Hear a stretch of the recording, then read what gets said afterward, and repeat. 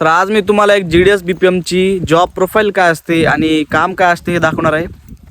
तर शेवटपर्यंत व्हिडिओ बघा.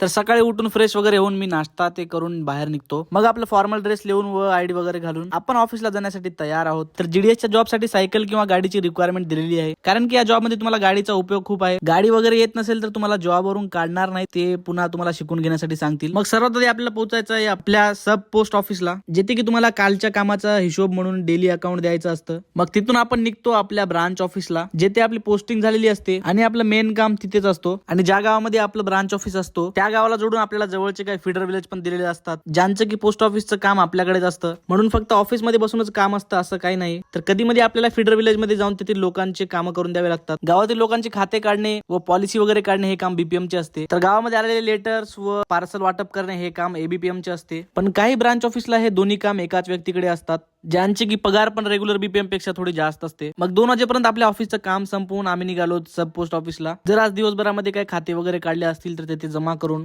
आपण निघतो आपल्या घराकडे. तर एका BPMचं रेग्युलर काम इतकंच असते. जर कधी मीटिंग वगैरे असेल किंवा काही टार्गेटचं काम असेल तर थोडंफार या रुटीन मध्ये चेंज होतं.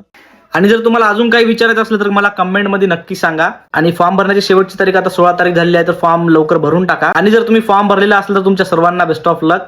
भेटूया नवीन एका व्हिडिओ सोबत.